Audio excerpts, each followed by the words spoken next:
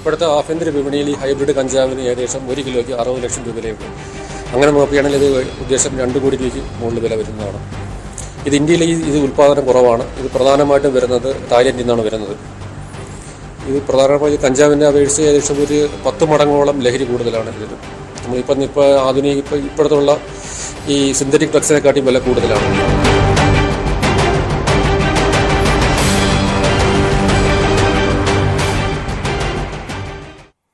നമസ്കാരം, സ്പോട്ട് ലൈവിലേക്ക് സ്വാഗതം. സിനിമാ മേഖലയിലെ ഉന്നതരുമായി ബന്ധം. നടന്മാരായ ഷൈൻ ടോം ചാക്കോയ്ക്കും ശ്രീനാഥ് ഭാസിക്കും ലഹരി കൈമാറുന്ന യുവതി തസ്ലീമ സുൽത്താന.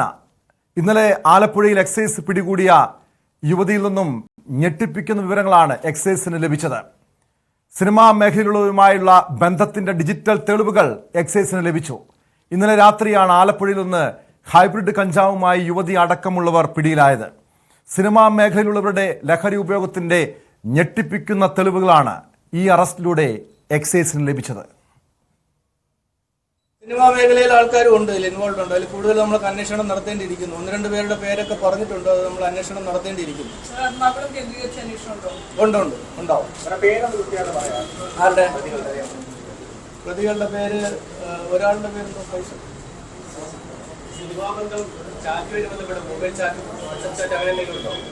അല്ല, അത് ഈ മൊബൈല് ഫോറൻസിക്കിന് കൊടുത്താൽ മൊബൈലുമായിട്ട് ബന്ധപ്പെട്ടുള്ള കുറച്ച് അക്കൗണ്ട് ട്രാൻസാക്ഷൻസും മറ്റു കാര്യങ്ങളും ഉണ്ട്. അത് എടുത്താലേ നമുക്ക് അറിയാൻ പറ്റൂ. തസ്ലീമ സുൽത്താന എന്നാണ് ഇവരുടെ പേരും. ഫിറോസ് മണ്ണഞ്ചേരി, ആലപ്പുഴ മണ്ണഞ്ചേരി. തസ്ലീമ സുൽത്താന 41. ശരണ്യ സ്നേഹജൻ ചേരുന്നുണ്ട് വിവരങ്ങളുമായി. ശരണ്യ, ഇന്നലെ എക്സൈസ് ഈ യുവതിയിൽ നിന്നും ലഹരി മരുന്ന് പിടികൂടുമ്പോൾ അവിടെ ശരണ്യ ഉണ്ടായിരുന്നു. കൃത്യമായ വിവരങ്ങളടക്കം ഈ എക്സൈസിൽ നിന്നും ലഭ്യമായതാണ്. എങ്ങനെയാണ് തസ്ലീമ സുൽത്താന എന്ന യുവതി കേരളത്തിലേക്ക് ലഹരി എത്തിക്കുന്നത്? ഇവർക്കൊപ്പം ഇവരുടെ കുടുംബാംഗങ്ങളും കുഞ്ഞുങ്ങളടക്കം ഉണ്ടായിരുന്നതാണല്ലോ മനസ്സിലാക്കാൻ കഴിയുന്നത്. വലിയ രീതിയിലുള്ള ബന്ധം സിനിമാ മേഖലയിലുള്ളവർക്ക് പോലും ലഹരി എത്തിക്കുന്നതിലെ പ്രധാനിയാണ് തസ്ലീമ എന്ന യുവതി എന്ന് എക്സൈസ് തന്നെ സൂചിപ്പിക്കുന്നുണ്ട്. ഇവരുടെ പ്രവർത്തന മേഖലകൾ എങ്ങനെയാണ്? ഏതൊക്കെ മേഖലകൾ കേന്ദ്രീകരിച്ചായിരുന്നു ലഹരി ഇടപാടുകൾ? എവിടെ നിന്നാണ് ഈ ലഹരി വസ്തുക്കൾ ഇവിടേക്ക് എത്തിച്ചിരുന്നത്? ശരണ്യ.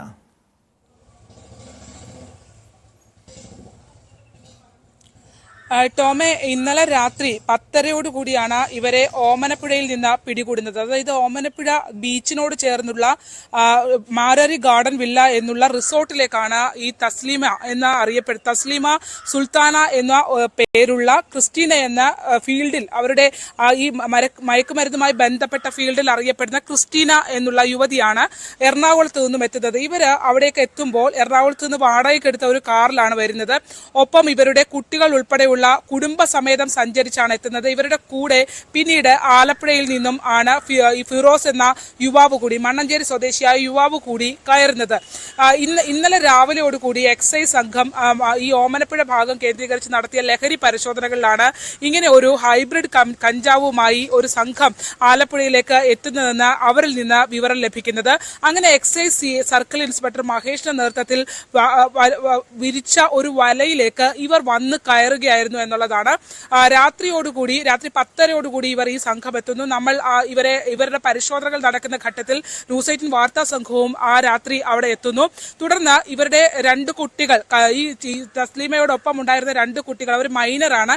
ഈ കുട്ടികൾ കരഞ്ഞുകൊണ്ട് നിൽക്കുന്നതാണ് നമ്മൾ കാണുന്നത്. ഇവർക്ക് യാതൊരു ഭാവഭേദവും ഈ ക്രിസ്റ്റീനയ്ക്ക് ഇല്ലായിരുന്നു, തസ്ലീമ എന്ന ക്രിസ്റ്റീനയ്ക്ക് ഇല്ലായിരുന്നു എന്നുള്ളതാണ്. വളരെ ലാഘവത്തോടു കൂടിയാണ് അവർ ഈ എക്സൈസ് അസിസ്റ്റന്റ് കമ്മീഷണർ അശോക് കുമാറിനോടും ഒപ്പം തന്നെ CI മഹേഷിനോടും ഒക്കെ കാര്യങ്ങൾ വിശദീകരിച്ചു കൊണ്ടിരുന്നത്. താൻ എറണാകുളത്ത് നിന്നാണ് ഇത് കൊണ്ടുവന്നതെന്ന് അവർ പറയുമ്പോൾ പോലും അവരുടെ സിനിമാ ബന്ധങ്ങൾ അടക്കം അവർ സ്ഥിരീകരിക്കുകയും ചെയ്യുന്നുണ്ടായിരുന്നു. സിനിമാ മേഖലയുമായി അടുത്ത ബന്ധമുള്ള ആളാണ് താൻ എന്നുള്ളത് അവർ എക്സൈസിനോട് നമ്മളുടെ സാന്നിധ്യത്തിൽ തന്നെ അവർ പറഞ്ഞു. ഒപ്പം എക്സൈസ് ഇവരെ കൂടുതൽ ചോദ്യം ചെയ്തതിൽ നിന്ന് മനസ്സിലാക്കിയത് ഇവർ ക്രിസ്റ്റീന എന്ന പേരിൽ, ഒരു ക്രിസ്റ്റീന റെസിഡൻസി എന്ന പേരിൽ എറണാകുളത്ത് ഒരു സ്ഥാപനം നടത്തിയിരുന്നു. അവിടെ ഈ താമസ സൗകര്യങ്ങളും അടക്കമുള്ള കാര്യങ്ങൾ അറേഞ്ച് ചെയ്യുന്ന, അതായത് ഈ ക്രിസ്റ്റീന റെസിഡൻസി, അവിടെ ഫോട്ടോഷൂട്ട് സിനിമാ മേഖലയിലേക്ക് സിനിമയിൽ അഭിനയിക്കാം എന്നുള്ള വാഗ്ദാനങ്ങൾ നൽകി ഫോട്ടോഷൂട്ടിനായി എത്തിച്ച ഒരു പെൺകുട്ടിയെ അവിടെ മയക്കുമരുന്ന് നൽകി പീഡിപ്പിച്ച കേസിലെ 4ാം പ്രതിയാണ് ഇവർ എന്നുള്ളത് ഇവര് എക്സൈസിനോട് തന്നെ സമ്മതിച്ചു. ഒപ്പം തന്നെ ഇവർ ഈ ദൃശ്യങ്ങൾ, അതായത് അന്ന് പിടിക്കപ്പെടുന്ന സമയത്തുണ്ടായിരുന്ന ചില ദൃശ്യങ്ങൾ, ഈ ചില ചാനലുകളിൽ വന്ന വാർത്തകൾ ഉൾപ്പെടെ ഇവര് വളരെ ലാഘവത്തോടു കൂടി കാണിക്കുന്നു എന്നുള്ളതാണ്. അതായത് വളരെ എക്സ്പീരിയൻസ്ഡ് ആയിട്ടുള്ള, ഈ രംഗത്ത് വളരെ എക്സ്പീരിയൻസ്ഡ് ആയിട്ടുള്ള, ഇതൊന്നും ബാധിക്കാത്ത രീതിയിൽ ഈ പ്രവർത്തനങ്ങളുമായി മുന്നോട്ട് പോകുന്ന ഒരു സ്ത്രീയായിട്ടാണ് എനിക്ക് അവരുടെ ഓരോ ഇടപെടലിലും എനിക്ക് അവരെ മനസ്സിലാക്കാൻ കഴിഞ്ഞത്. ഒപ്പം തന്നെ ഈ കുട്ടികൾ ഇത്ര ബുദ്ധിമുട്ടി കരയുകയൊക്കെ ചെയ്യുമ്പോഴും അവർക്ക് യാതൊരുവിധ ഭാവഭേദവും ഇല്ലായിരുന്നു എന്നുള്ളതാണ്. പിന്നീടാണ് ഇവരുടെ ബ്ലാക്ക് ബാഗിനകത്ത് തുണിയുടെ അടിയിലായിട്ടാണ് 3 പാക്കറ്റുകളായി ഓരോ കിലോ വീതമുള്ള കഞ്ചാവ് വെച്ചിരുന്നത്. എക്സൈസ് സംഘം ഇവരുടെ ബാഗിൽ നിന്നും ഈ കഞ്ചാവ് പുറത്തേക്ക് എടുക്കുന്നു. പുറത്തേക്കെടുത്ത കഞ്ചാവ് പൊട്ടിച്ചു തുടങ്ങിയപ്പോൾ തന്നെ അതിനകത്ത് ചെറിയ പാക്കറ്റുകളായി വായു നീക്കം ചെയ്ത ശേഷം അമർത്തി അടച്ച ചെറിയ പാക്കറ്റുകളായിരുന്നു. അതിൽ നമ്പർ ഇട്ട് നോട്ട് ചെയ്യുകയും ചെയ്തിട്ടുണ്ടായിരുന്നു. അങ്ങനെയാണ് ഈ ഓരോ കിലോയുടെ പാക്കറ്റിനകത്തും വലിയ പാക്കറ്റിനകത്തും ചെറിയ പാക്കറ്റുകൾ ഉണ്ടായിരുന്നു. അതിന് ഈ പാക്കറ്റുകൾ പൊട്ടിക്കുമ്പോൾ അതിരൂക്ഷ ഗന്ധമാണ് ഈ ഹൈബ്രിഡ് കഞ്ചാവിൻ്റെതായി വന്നത്. അവിടെ നിന്നും ഒരു 3 കിലോയോളം വരുന്ന കഞ്ചാവാണ് 3 പാക്കറ്റുകളായി പൊട്ടിച്ചിട്ടത്. ഇതിന്റെ ഈ ഹൈബ്രിഡ് കഞ്ചാവ് എന്ന് പറയുന്നത് തീർച്ചയായും അത് ഈ സാധാരണ ഇന്ത്യൻ വിപണിയിൽ കിട്ടുന്ന സാധനമല്ല. മലേഷ്യയും ബാങ്കോക്കും അടക്കമുള്ള ഇടങ്ങളിൽ ആണ് ഇത് കൃഷി ചെയ്യുന്നത്. അവിടെ ഇത് നിയമാനുസൃതം ഔഷധത്തിനൊക്കെ ഉപയോഗിക്കുന്നെങ്കിൽ പോലും ഇതിന്റെ ഒരു ഹൈബ്രിഡ് ഇനത്തിൽപ്പെട്ട 2 ഇനത്തിൽപ്പെട്ട കഞ്ചാവ് ചെടികളെ സങ്കര ഇനമാക്കി മാറ്റിക്കൊണ്ട് അതിന്റെ വളർത്തുന്ന രീതിയിൽ AC റൂമുകളിൽ സാധാരണ മണ്ണിൽ വളർത്തുന്ന പോലെയല്ല, അല്ലാതെ ഹൈഡ്രോപോണിക് രീതിയിലാണ് ഇത് വളർത്തിയെടുക്കുന്നത്. ഒപ്പം ഇതിന്റെ ഈ നൽകുന്ന വളങ്ങൾ ഉൾപ്പെടെ ഇതിന്റെ ഒരു ലഹരിയെ ക്രമീകരിക്കുന്നതിന് വേണ്ടി ഉപയോഗിക്കുന്നുണ്ടെന്നുള്ളതാണ്. അതായത് സാധാരണ കഞ്ചാവിനേക്കാൾ 20 മടങ്ങ് വീര്യം കൂടിയ കഞ്ചാവാണ് ഇവർ ഈ ഹൈഡ്രോപോണിക് രീതിയിൽ ഉത്പാദിപ്പിക്കുന്നത്. തായ്വാൻ, ബാങ്കോക്ക്, മലേഷ്യ ഈ 3 ഇടങ്ങളിൽ നിന്ന് എവിടുന്നുമാണ് ഇത് വന്നിട്ടുള്ളത് എന്നുള്ളത്, വിദേശത്തു നിന്നാണ് വന്നിട്ടുള്ളത് എന്നുള്ളത് എക്സൈസിനോട് ഇവർ സ്ഥിരീകരിക്കുകയും ചെയ്തിട്ടുണ്ട്. കൊച്ചിയിൽ എത്തിച്ച പാക്കറ്റുകൾ വിതരണം ചെയ്തതിന് ശേഷമാണ് ഇവർ ആലപ്പുഴയിലേക്ക് എത്തിയിട്ടുള്ളത് എന്നുള്ളതാണ്. കോഴിക്കോടേക്കും ഇവരുടെ ഇതേ ടീമിൽ നിന്ന് തന്നെ കോഴിക്കോടേക്കും സാധനം പോയിട്ടുണ്ട്. ബാംഗ്ലൂരിൽ നിന്നാണ് ഈ 3 ഇടങ്ങളിലേക്കും വിതരണത്തിനായുള്ള സംഭവം കൊണ്ടുവന്നത് എന്നുള്ളത്. ശരണ്യ, കൊച്ചിയിലേക്കും കോഴിക്കോട്ടേക്കും ആലപ്പുഴയിലേക്കും ഈ ലഹരി വസ്തുക്കൾ, ഹൈബ്രിഡ് കഞ്ചാവ് എത്തിച്ചതെന്ന വിവരം കൂടി അറിയേണ്ടതുണ്ടല്ലോ. ഈ സിനിമാ മേഖലയിലുള്ളവർക്ക് വേണ്ടിയായിരുന്നോ ഇന്നലെ രാത്രിയും ഇവിടേക്ക് ഈ പറയുന്ന തസ്ലീമ സുൽത്താന എന്ന യുവതി ലഹരി എത്തിച്ചത്?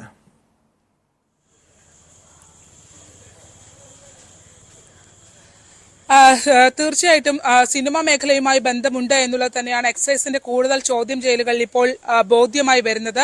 അതായത് സിനിമാ മേഖലയിലുള്ള ഷൈൻഡോ ചാക്കോ, ഒപ്പം തന്നെ ശ്രീനാഥ് ഫാസി എന്നിവർക്ക് ഇവര് ഈ ലഹരി മരുന്ന് കൈമാറിയിട്ടുണ്ട് എന്നുള്ളത് അവര് എക്സൈസിനോട് സ്ഥിരീകരിച്ചിട്ടുണ്ട്. അത് മൊഴിയായി തന്നെ നൽകുകയും ചെയ്തിട്ടുണ്ട്. ഒപ്പം ഇവരുടെ ഫോൺ പിടിച്ചെടുത്തതിൽ നിന്നുള്ള ബാങ്ക് ട്രാൻസാക്ഷൻ അടക്കമുള്ള കാര്യങ്ങൾ ഇപ്പോൾ എക്സൈസിന് ലഭിച്ചിട്ടുണ്ട്. ഒപ്പം ചാറ്റുകൾ അടക്കമുള്ള ഡിജിറ്റൽ രേഖകളും എക്സൈസിന് ലഭ്യമായിട്ടുണ്ട് എന്നുള്ളത് ആണ് ഇപ്പോൾ എക്സൈസ് അസിസ്റ്റന്റ് കമ്മീഷണറായ വിനോദ് കുമാർ ഉൾപ്പെടെയുള്ളവർ സ്ഥിരീകരിച്ചിട്ടുള്ളത്. ഈ സിനിമാ മേഖലയിലേക്ക് പെൺകുട്ടികളെ എത്തിച്ചു നൽകുക, ഒപ്പം തന്നെ ലഹരി മരുന്ന് എത്തിച്ചു നൽകുക, ഇതാണ് പ്രധാനമായും ഈ ക്രിസ്റ്റീനയുടെ ഇടപാടുകൾ എന്നുള്ളതാണ് സ്ഥിരീകരിച്ചിട്ടുള്ളത്. ഇതൊരു വലിയ റാക്കറ്റാണ്, ക്രിസ്റ്റീനയിൽ മാത്രം ഒതുങ്ങുന്നതല്ല. ഇതിന്റെ കൊച്ചി കേന്ദ്രമായി നിൽക്കുന്നയാൾ ക്രിസ്റ്റീനയാണ് എന്നുള്ളതാണ്. ഒപ്പം ഇവരുമായിട്ടുള്ള സിനിമാ മേഖലയിൽ സിനിമയിൽ അഭിനയിച്ചിട്ടുണ്ടെന്നും ഒപ്പം തന്നെ സ്ക്രിപ്റ്റ് റൈറ്റിംഗിലൊക്കെ തനിക്ക് താൻ ഉണ്ട് എന്നുമൊക്കെ, സ്ക്രിപ്റ്റ് ട്രാൻസ്ലേറ്റ് ചെയ്യുന്നതിനകത്തൊക്കെ തനിക്ക് റോൾ ഉണ്ട് എന്നൊക്കെയാണ് ഇവർ പറയുന്നത്. ഒപ്പം ഇവരുടെ 5 ഭാഷകൾ ഇവർക്ക് എഴുതാനും വായിക്കാനും അറിയാം. നല്ല ഫ്ലുവന്റ് ആണ് 5 ഭാഷകൾ എന്നുള്ളതാണ്. അത്തരത്തിൽ സൗത്ത് ഇന്ത്യ കേന്ദ്രീകരിച്ച് ഇവരൊരു വലിയ റാക്കറ്റായി പ്രവർത്തിക്കുന്നുണ്ട് എന്നുള്ളതാണ് ലഭ്യമായിട്ടുള്ള വിവരം. ഈ ഹൈബ്രിഡ് ഇനത്തിൽപ്പെട്ട ഈ കഞ്ചാവ് ഇവിടെ എത്തിക്കുന്ന സിനിമാ മേഖലയിൽ പ്രധാനമായി ഡിസ്ട്രിബ്യൂഷൻ ഉണ്ട് എന്നുള്ളത് എക്സൈസ് സ്ഥിരീകരിക്കുന്നുണ്ട്. ഇപ്പോൾ അന്വേഷണം എറണാകുളം കേന്ദ്രീകരിച്ചുള്ള മേഖലകളിലേക്കും പോയിട്ടുണ്ട്. ടോം,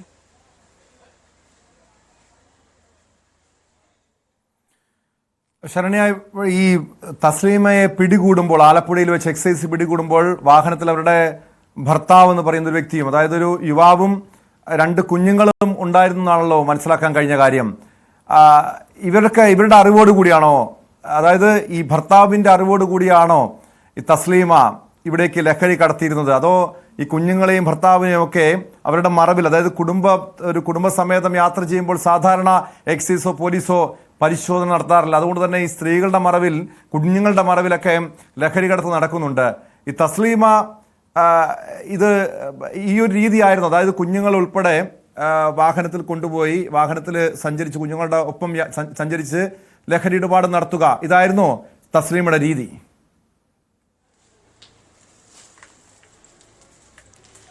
ഈ ചെന്നൈയിൽ നിന്നും പിതാവിന്റെ മരണശേഷം ഈ ഹസ്ബൻഡിനെയും കുട്ടികളെയും കൂട്ടിക്കൊണ്ട് വന്നു എന്നാണ് അവര് എക്സൈസിന് മൊഴി നൽകിയിട്ടുള്ളത്. അവർക്ക് ഇതുമായി യാതൊരു ബന്ധവുമില്ല എന്നുള്ളത് ആണ് ഇപ്പോൾ പറഞ്ഞിരിക്കുന്നത്. എന്തായാലും അതിനകത്തൊക്കെ തുടരന്വേഷണം നടക്കുന്നുണ്ട്. പ്രാഥമികമായി ഭർത്താവിന് ഇതിനകത്ത് ബന്ധമുണ്ട് എന്നുള്ള കാര്യം മനസ്സിലായില്ല. കാരണം ഈ തസ്ലീമയും ഇവരും തമ്മിൽ ഇവരെ കുടുംബം ചെന്നൈയിലാണ്, മക്കളും ഭർത്താവും ചെന്നൈയിലാണ്.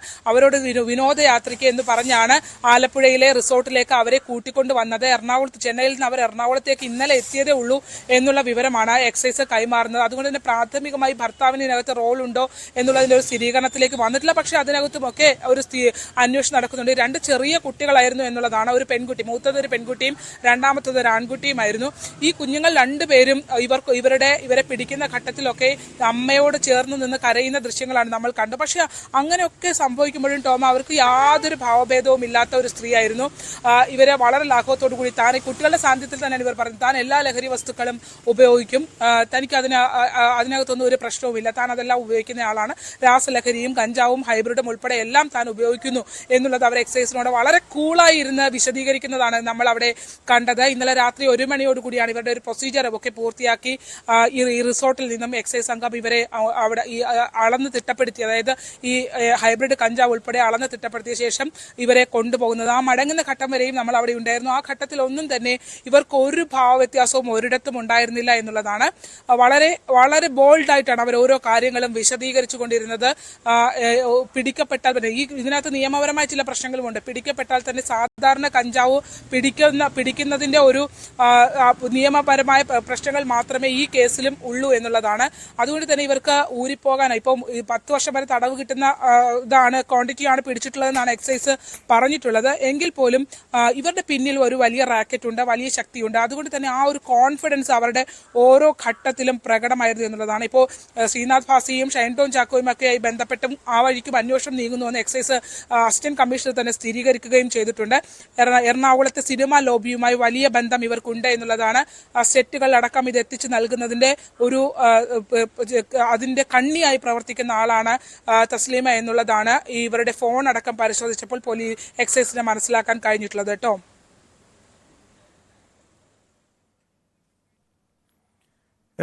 കുടുംബസമേതമാണ് തസ്ലീമ ലഹരി കടത്തിയിരുന്നത്. അതായത് ഈ കുഞ്ഞുങ്ങളുടെയൊക്കെ മറവിൽ ലഹരി കടത്ത് നടത്തുന്നു. കേരളത്തിലേക്ക് ലഹരി എത്തിക്കുന്ന സംഘത്തിലെ പ്രധാനി, സിനിമാ മേഖലയുമായി വലിയ ബന്ധം, ഷൈൻ ടോം ചാക്കോ, ശ്രീനാഥ് ഭാസി ഉൾപ്പെടെയുള്ളവരുമായി ബന്ധം. ഈ ഒരു സാഹചര്യത്തിൽ ഇപ്പോൾ തസ്ലീമ പിടിയിലായ സാഹചര്യത്തിൽ ഈ എക്സൈസ് ഇവർ ഈ ലഹരി എത്തിച്ചു നൽകുന്ന ആളുകളിലേക്കൊക്കെ അന്വേഷണം നീങ്ങേണ്ടതല്ല. ഈ സിനിമാ മേഖലയിലേക്കും എക്സൈസിന്റെ അന്വേഷണം നീങ്ങുമോ ശരണ്യ? എറണാകുളം കേന്ദ്രീകരിച്ച് ഇന്നലെ രാത്രി തന്നെ ഇൻഫർമേഷൻ പാസ് ചെയ്തിട്ടുണ്ട് എന്നുള്ളതാണ് നമുക്ക് മനസ്സിലാക്കാൻ കഴിഞ്ഞത്. എറണാകുളത്തുള്ള ഒഫീഷ്യൽസുമായി എക്സൈസ് ഉദ്യോഗസ്ഥരുമായി വിവരം കൈമാറിയിട്ടുണ്ടായിരുന്നു. കോഴിക്കോടേക്കും ഇൻഫർമേഷൻ പാസ് ചെയ്തിട്ടുണ്ട് എന്നുള്ളതാണ്. നമ്മൾ ഇന്നലെ ആ സംഭവങ്ങൾ നടക്കുമ്പോൾ അതിന്റെ ഓരോ സ്റ്റെപ്പും കണ്ടുനിന്ന ആളുകൾ എന്നുള്ള രീതിയിലാണ് ഇത് വിശദീകരിക്കുന്നത്. ന്യൂസ് 8 വാർത്താ സംഘവും ആ സ്ഥലത്ത് ഉണ്ടായിരുന്നു. അവിടെ വെച്ച് തന്നെ ഈ ഇൻഫർമേഷൻ ഇവർ പറയുന്ന അനുസരിച്ച് തന്നെ അവർ പാസ് ചെയ്തുകൊണ്ടിരുന്നു എന്നുള്ളതാണ്. ഇപ്പോൾ എറണാകുളം കേന്ദ്രീകരിച്ചുള്ള അന്വേഷണം ഇന്നലെ തന്നെ ആരംഭിച്ചു കഴിഞ്ഞു, ഇന്നലെ രാത്രി തന്നെ ആരംഭിച്ചു കഴിഞ്ഞു. കോഴിക്കോട് കേന്ദ്രീകരിച്ചും ഉണ്ടായിട്ടുണ്ട്. ഇവരിലേക്ക് എത്തുന്ന വലിയ കണ്ണികളെ, അതായത് വിദേശത്ത് നിന്ന് ഇത് എത്തിക്കുന്ന കണ്ണികളിലേക്ക് കേന്ദ്രീകരിച്ച് വടക്കൻ കേരളം കേന്ദ്രീകരിച്ചുള്ള ഒരു നീക്കം പോലീസിന്റെ ഭാഗത്ത് നിന്ന്, എക്സൈസിന്റെ ഭാഗത്ത് നിന്ന് ഉണ്ട്. ഇതൊരു വളരെ ഗൗരവത്തോടു കൂടിയാണ് കാണുന്നത്. കാരണം ഇതൊരു വലിയ ക്യാച്ചാണ്. സാധാരണഗതിയിൽ എയർപോർട്ടിന്റെ അറൈവൽ ടെർമിനലുകളിലൊക്കെയാണ് ഇത് കിട്ടാറുള്ളത്. ഒരുപക്ഷെ അതിരൂക്ഷ ഗന്ധവുമാണ് ഇത് പൊട്ടിച്ചു കഴിഞ്ഞാൽ. അപ്പോൾ അങ്ങനെ കിട്ടുന്ന കസ്റ്റംസ് അടക്കം പിടിക്കുന്ന ഇത് ഒരു റീറ്റെയിൽ മാർക്കറ്റിലേക്ക് വന്ന് വിതരണം ചെയ്യാനായി ഇവിടെ എത്തിപ്പെട്ടതിനെ സംബന്ധിച്ച് വളരെ ഗൗരവത്തോടു കൂടി തന്നെയാണ് എക്സൈസ് ഇത് നോക്കിക്കാണുന്നത്. ടോം. ശരണ്യ സ്നേഹജനാണ് വിവരങ്ങൾ നൽകിയത്. ആലപ്പുഴയിൽ ഇന്നലെ രാത്രിയാണ് ഹൈബ്രിഡ് കഞ്ചാവുമായി യുവതിയെ എക്സൈസ് പിടികൂടുന്നത്. സിനിമാ മേഖലയുമായി ഇവർക്ക് വലിയ ബന്ധമുണ്ട്. സിനിമാ മേഖലയിലുള്ളവർക്ക് ലഹരി എത്തിച്ചു നൽകുന്ന വ്യക്തിയാണ് പിടിയിലായ തസ്ലീമ എന്നാണ് എക്സൈസ് നൽകുന്ന വിവരങ്ങൾ. കോഴിക്കോട് താമരശ്ശേരിയിലെ ലഹരി മാഫിയ മയക്കുമരുന്ന് കടത്തിനായി ദുരുപയോഗം ചെയ്തതായി യുവതിയുടെ വെളിപ്പെടുത്തൽ. സൗഹൃദം കാണിച്ച് അടുത്ത ബന്ധം സ്ഥാപിച്ച ലഹരി വിതരണക്കാരൻ ഷിജാസ് തടവിലാക്കി ലഹരി കടത്തിന് ഉപയോഗിച്ചുവെന്ന് യുവതി ന്യൂസ് 18നോട് പറഞ്ഞു. കൈയും കാലും കെട്ടിയിട്ട ശേഷം ക്രൂരമായി മർദ്ദിച്ചതായും യുവതി വെളിപ്പെടുത്തി. മെയിനായിട്ട് അയാൾ ഇന്നെ യൂസ് ചെയ്തൊരു ലേഡി ഉണ്ട് എങ്കിൽ അയാൾക്ക് സേഫായിട്ട് ഇത് ചെയ്യാം എന്നുള്ളൊരു ചിന്ത കൊണ്ടാണെന്ന എൻ്റെ ഒരു തോന്നല്.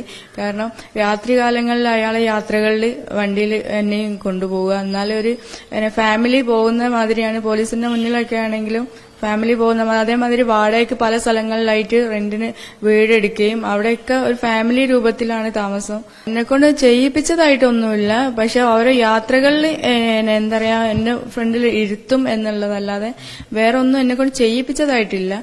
പക്ഷെ അതേമാതിരി തന്നെ വാടകയ്ക്കാണെങ്കിലും വീടെടുക്കുന്ന സമയത്ത് എന്റെ പേരിലാണ് വാടകയ്ക്ക് എടുക്കാറ്. റോങ് ആകുക അല്ലെങ്കിൽ എന്തെങ്കിലും സംസാര രീതി അയാളോട് മോശമായിട്ട് എന്തെങ്കിലും പറയാൻ ശ്രമിച്ചു കഴിഞ്ഞാൽ ആ സമയത്ത് അയാൾ റൈസിങ് കൂട്ടും. വണ്ടി അത്രയും ഹൈ സ്പീഡിലാണ് അയാൾ പോവുക.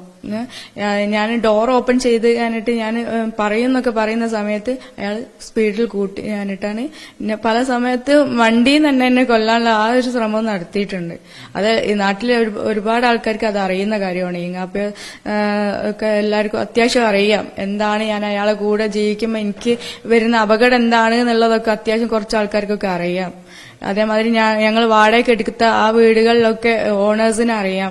കാരണം ആ വീട്ടിൽ ഞാൻ രക്ഷപ്പെടാൻ വേണ്ടി പല മാർഗം ഞാൻ ശ്രമിക്കുമ്പോഴും ഡോറുകളും ബാക്കിയുള്ളതൊക്കെ അയാൾ അതിന്റെ ഡോറിന്റെ ഓരോ ലോക്കും പൊട്ടിക്കുന്നതും ഒക്കെ അയാൾ ചെയ്തത് അതിന്റെ ഓണേഴ്സിന് കറക്റ്റ് അറിയാം. ഞാൻ എന്തെല്ലാം ആ വീടുകളിൽ അനുഭവിച്ചിട്ടുണ്ട് എന്നുള്ളത്. ഇത്തരത്തിൽ നിരവധി സ്ത്രീകൾ ലഹരി മാഫിയയുടെ കെണിയിലുണ്ടെന്നും യുവതി ന്യൂസ് 18നോട് വെളിപ്പെടുത്തി. ഡോറ് ലോക്ക് ചെയ്ത് പോവും, ഒരു ഡോഗും ഉണ്ടാവും. പിന്നെ അതിനെ കവർ ചെയ്തിട്ട് ഞാൻ എങ്ങനെ ഏത് രീതിയിലാണ് ഞാൻ പുറത്തിറങ്ങുക. അല്ലെങ്കിൽ ഇൻ കേസ് ഓന് എന്റെ ഡ്രസ്സ് പിന്നെ രക്ഷപ്പെടാനുള്ള ശ്രമം എനിക്ക് ഉണ്ട് എന്ന് പറഞ്ഞതിന് ശേഷമാണ് കെട്ടിയിടല് തുടങ്ങിയത്. കെട്ടിടുകയും ചെയ്യും, എന്റെ ഡ്രസ്സും ഉണ്ടാവില്ല. ഡ്രസ്സ് ഓന്റെ വണ്ടിന്റെ ഡിക്കിയിലേക്ക് മാറ്റിയിടും. പുറത്തേക്ക് ഇറങ്ങാൻ പറ്റാത്ത അവസ്ഥയിൽ ഡ്രസ്സ് ഉണ്ടാവില്ല. 2 ദിവസം 3 ദിവസം കൂടുമ്പോഴാണ് ഭക്ഷണം വരെ തരിക. വിശപ്പ് എന്താന്നുള്ളത് ഞാൻ കറക്റ്റ് അറിഞ്ഞ ഒരാളാണ്. ഇല്ല, വേറെ ആരും ഇല്ല. ഞാനും ഓനും മാത്രമേ ഉണ്ട്. മക്കളൊക്കെ എന്റെ ഉമ്മ അടുത്ത സാഹചര്യം കൊണ്ട് മക്കളെ ഇങ്ങോട്ട് കൊണ്ടുവന്നു. എന്നല്ല വിടാത്തുള്ളൂ, മക്കളൊക്കെ ആയിരുന്നു. തീർച്ചയായിട്ടും ഇപ്പം ജയിലിൽ കിടക്കുന്ന സമയത്തും അവന് ഭീഷണി തന്നെയാണ്. ഞാൻ എല്ലാ കാലവും ഇവിടെ കിടക്കില്ല എന്നാ പറയണത്. തിരിച്ചു വരും. എല്ലാ കാലവും ഞാൻ ഇവിടെ കിടക്കില്ല. പിന്നെ ഞാൻ അഥവാ ഇൻ കേസ് മാരേജ് ചെയ്ത് പോവുകയാണെങ്കിൽ അത് ചെയ്തു തരുന്നത് എന്റെ ഉമ്മയാണ്. അപ്പൊ എന്റെ ഉമ്മനെയും കൊല്ലും, പിന്നെ അതേപോലെ തന്നെ എന്നെ മാരേജ് ചെയ്യുന്ന ആളെയും കൊല്ലും എന്നാ പറഞ്ഞത്. എനിക്ക് എന്തായാലും ഞാൻ മരണം കണ്ടിട്ടാണ് ജീവിക്കുന്നത്. 4 കൊല്ലവും ഈ മരണം കണ്ടിട്ട് തന്നെയാണ് ജീവിച്ചത്. അവിടുന്ന് അതിജീവിച്ച് ഞാൻ ഇവിടെ എത്തിയിട്ടുണ്ട്. പക്ഷെ എനിക്കൊരു ലക്ഷ്യം ഉണ്ടായിരുന്നു, അവന് എങ്ങനെങ്കിലും ഈ ഒരു സത്യം പുറലോകം അറിയണം എന്നുള്ളത്. അപ്പൊ പുറലോകം അറിയിച്ചിട്ട് അവനെ കൊല്ലുന്നോട്ടെ, എനിക്ക് പ്രശ്നമില്ല. MS അനീഷ് കുമാർ ചേരുന്നുണ്ട് വിവരങ്ങളുമായി. അനീഷ്, ഞെട്ടിപ്പിക്കുന്ന വെളിപ്പെടുത്തലാണല്ലോ. ഒരു യുവാവ് കെട്ടിയിട്ട് ലഹരി കടത്തിന് ഉപയോഗിക്കുന്നു, കൈയും കാലും കെട്ടിയിട്ട് ക്രൂരമായി മർദ്ദിക്കുന്നു.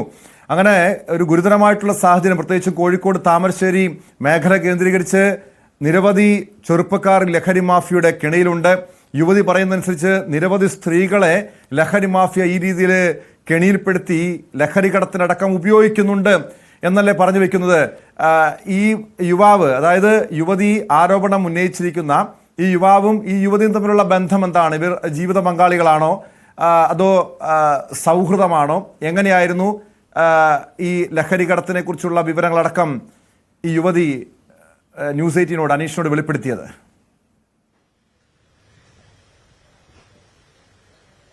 ടോമ്, കഴിഞ്ഞ ഏതാനും ആഴ്ചകളായി നമ്മൾ നിരന്തരം സംസാരിക്കുന്ന ഇടമാണ് താമരശ്ശേരി, ഈങ്ങാപ്പുഴ തുടങ്ങിയ ഭാഗങ്ങൾ. ഇവിടെയൊക്കെയാണ് ഏറ്റവും നിഷ്ഠൂരമായ ചില കൊലപാതകങ്ങൾ ലഹരിക്കടിമകളായ യുവാക്കൾ ചെയ്തത്.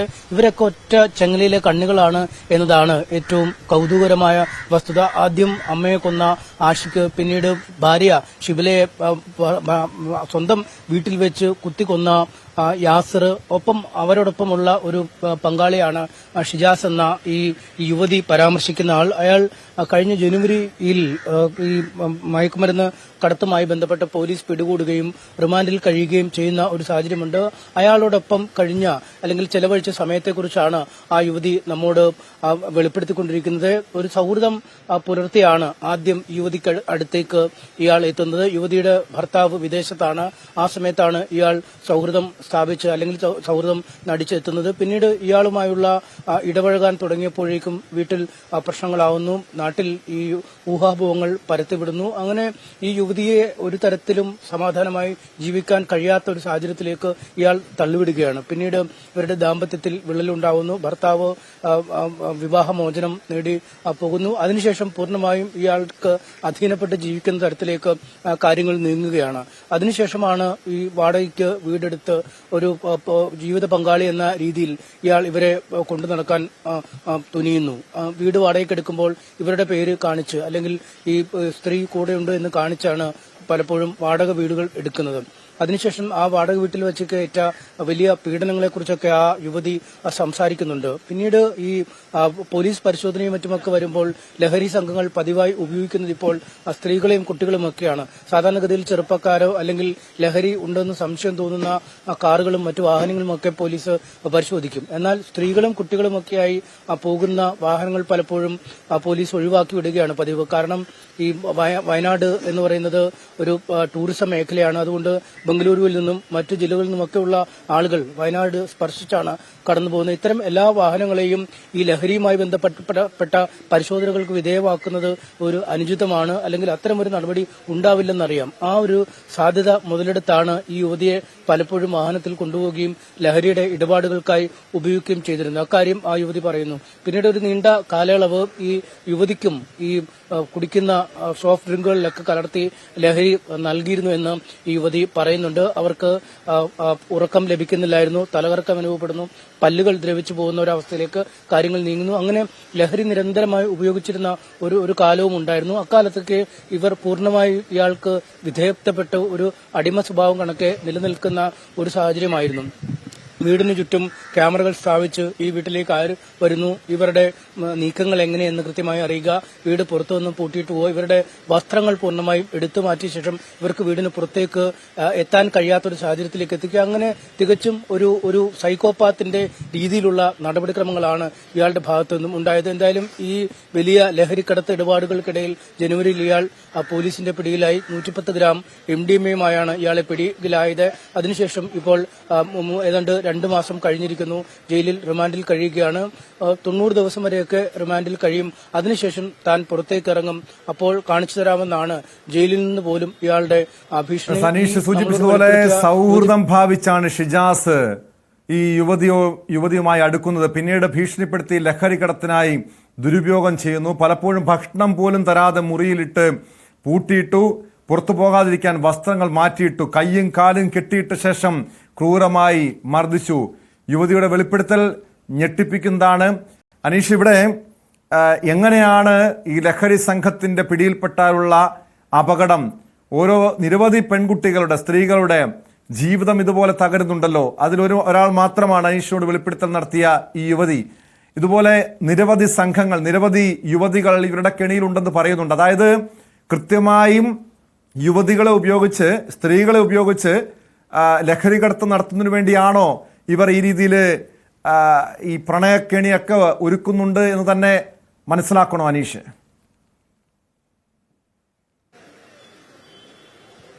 തീർച്ചയായും അങ്ങനെ തന്നെ വേണം കരുതാൻ. കാരണം നമുക്കറിയാം, താമരശ്ശേരി 4-ാം വളവ്, അമ്പായത്തോട്, താമരശ്ശേരി ചുരം മേഖലകളിലെ പലയിടങ്ങളിലും അവിടെയൊക്കെ ഈ ലഹരി മാഫിയയുടെ വലിയ പിടിയിലേക്ക് അമർന്നിട്ട് ഏറെ നാളുകളായി കഴിഞ്ഞിരിക്കുന്നു. അവിടെ നേരിട്ട് ഈ സ്ഥിരമായി ലഹരി ഇടപാടുകൾ നടത്തുന്ന ആളുകൾ ഈ ലഹരി മരുന്നുമായി പോയാൽ അല്ലെങ്കിൽ മയക്കുമരുന്നുമായി പോയാൽ പോലീസിന്റെയും എക്സൈസിന്റെയും ഒക്കെ നിരീക്ഷണം ഉണ്ടാവുകയും പിടിക്കപ്പെടാൻ സാധ്യതയുണ്ടാവുകയും ചെയ്യും. അതുകൊണ്ടാണ് സ്ത്രീകളെ ഉപയോഗിച്ച് ഇത്തരം ലഹരി കടത്തൽ, ഈ പർദ്ദയൊക്കെ ഇട്ട് അല്ലെങ്കിൽ അങ്ങനെയൊക്കെയുള്ള രീതിയിൽ സ്ത്രീകൾ പോകുമ്പോൾ അങ്ങനെ ഒരു പരിശോധനയ്ക്കുള്ള സാധ്യതകൾ തള്ളിക്കളയുക എന്നത് തന്നെയാണ് ഇവർ ലക്ഷ്യം വെക്കുന്നത്. ഒപ്പം വലിയ തോതിൽ കുട്ടികളെയും ഈ ലഹരിക്കടത്തിനും ലഹരി ഉപയോഗത്തിനും ഈ പ്രതികൾ അടക്കമുള്ളവർ ഉപയോഗിക്കുന്നുവെന്നും ഈ യുവതി പറയുന്നു. നിരവധി കുട്ടികളെ ഇത്തരത്തിൽ തനിക്ക് നേരിട്ട് അറിയാം. അവർ ലഹരി ഇടപാടുകൾക്ക് വഴങ്ങി പണത്തിനും അല്ലെങ്കിൽ ലഹരി ഉപയോഗിക്കാൻ ലഭിക്കുകയും ചെയ്താൽ മാത്രം മതി എന്ന് പറഞ്ഞു വരുന്ന കുട്ടികളെയും ഇവർക്കറിയാം. അതുകൊണ്ട് ഈ താമരശ്ശേരി മേഖല കേന്ദ്രീകരിച്ചു ഒരുപാട് കുട്ടികളെയും യുവതികളെയും ഇതുപോലെ കെണിയിലാക്കി ഈ ലഹരി മാഫിയ ഉപയോഗിക്കുന്നുണ്ട്. അതിന്റെ തെളിവുകൾ തന്റെ പക്കലുണ്ട്. അത് അന്വേഷണ സംഘത്തിന് മുമ്പാകെ കൈമാറും എന്നാണ് ഇവർ പറയുന്നത്. പലപ്പോഴും ഞാനടക്കം ചോദിച്ചു, ഇത്ര ഒരു 4 വർഷത്തോളം ഇയാളുടെ കെണിയിലാവപ്പെട്ടു, ഈ ലഹരിക്കടത്തിനൊക്കെ ഒത്താശ ചെയ്തിട്ട് എന്തുകൊണ്ട് ഇക്കാര്യം പുറത്തു പറയുന്നില്ല എന്ന ഒരു ചോദ്യം ചോദിക്കുമ്പോൾ ഒരു മാനസികവും ശാരീരികവുമായ ഒരു അടിമത്തമായിരുന്നു ആദ്യ പ്രതിരോധമായി ഉയരുന്നത്. രണ്ടാമത് വലിയ ഭീഷണി, ഈ നെറ്റ്വർക്കിൽ നിന്നും പുറത്തേക്ക് കടന്നാൽ ജീവനടക്കം നഷ്ടമാകുമെന്ന ഒരു ഭീഷണി ഒരു വശത്ത് നിൽക്കുന്നു. പക്ഷേ ഇതിനൊക്കെ അപ്പുറം ഇപ്പോൾ തുറന്നു പറയാൻ പ്രേരിപ്പിച്ചത് ഈ അടുത്ത കാലത്ത് ഇവരുടെ മേഖലകളിൽ തന്നെ നടന്ന പല സംഭവങ്ങളുമാണ്. അമ്മയെ കൊല്ലുന്ന മകൻ, ഭാര്യയെ കുത്തി കൊലപ്പെടുത്തുന്ന ഭർത്താവ്, കുട്ടികൾ തമ്മിലടിച്ചിട്ട് 10 വയസ്സുകാരനെ ചവിട്ടിക്കൊല്ലുന്ന സഹപാഠികൾ എന്നിങ്ങനെ ആ മേഖലയിൽ നിന്ന് മാത്രം കേൾക്കാൻ ഒരിക്കലും ആഗ്രഹിക്കാത്ത നിരവധി വാർത്തകൾ പുറത്തു വന്നുകൊണ്ടിരിക്കുന്നു. ചെറുപ്പക്കാരിലും കുട്ടികളിലും പ്രായമായവരുമൊക്കെ ഈ ലഹരിക്ക് അടിമകളായി ഒന്നിനും കൊള്ളാത്തവരായി മാറുന്ന ഒരു സാഹചര്യം. അതുകൊണ്ട് ഈ ഘട്ടത്തിലെങ്കിലും ഇത് തുറന്നു പറഞ്ഞില്ലെങ്കിൽ അത് വരും തലമുറയോട് അല്ലെങ്കിൽ ഈ കുട്ടികളോട് ചെയ്യുന്ന ഒരു ദ്രോഹമാവും എന്ന് തിരിച്ചറിഞ്ഞാണ് താൻ ഇതൊക്കെ തുറന്നു പറയുന്നത് എന്ന് യുവതി പറയുന്നു. ഈ വെളിപ്പെടുത്തൽ നടത്തുമ്പോൾ പോലും ഈ ലഹരി മാഫിയയിൽ നിന്നും വലിയ തോതിലുള്ള ഭീഷണികൾ ഉയരുന്നുണ്ട്. 90 നാൾ റിമാൻഡ് കഴിഞ്ഞാൽ താൻ പുറത്തേക്ക് എത്തും, അതിനുശേഷം അനീഷ്, ഷിജാസ് യുവതി ആരോപണം ഉന്നയിച്ച ഷിജാസ് നിലവില് ലഹരി കേസിൽ പിടിക്കപ്പെട്ട് ജയിലിലാണ്. പുറത്തിറങ്ങിക്കഴിഞ്ഞാൽ തന്റെ ജീവിതം തന്നെ അപകടത്തിലാകുമെന്ന് യുവതിക്ക് കൃത്യമായ ബോധ്യമുണ്ട്. പക്ഷേ പോലീസിന്റെ അടുത്ത് ഇക്കാര്യങ്ങളൊക്കെ വിവരങ്ങളൊക്കെ പോലീസിനോട് കൈമാറിയിട്ടുണ്ടോ, പരാതി നൽകിയിട്ടുണ്ടോ? യുവതിയുടെ സുരക്ഷിതത്വം സ്വാഭാവികമായും അതൊരു വെല്ലുവിളി നിറഞ്ഞ കാര്യമാണ്. കാരണം അവരെ സംരക്ഷിക്കാനായി കുടുംബാംഗങ്ങൾ പോലും ഇല്ലാത്തൊരു സാഹചര്യമുണ്ട്. എങ്ങനെയാണ് പോലീസുമായി ബന്ധപ്പെടാൻ ഇവർക്ക് കഴിഞ്ഞിട്ടുണ്ടോ? പോലീസ് ഇവർ നൽകിയിരിക്കുന്ന വെളിപ്പെടുത്തൽ അല്ലെങ്കിൽ അവർ പറഞ്ഞ ഈ കാര്യങ്ങളൊക്കെ എത്രത്തോളം ഗൗരവത്തോടെയാണ് പോലീസ് എടുത്തിരിക്കുന്നത്?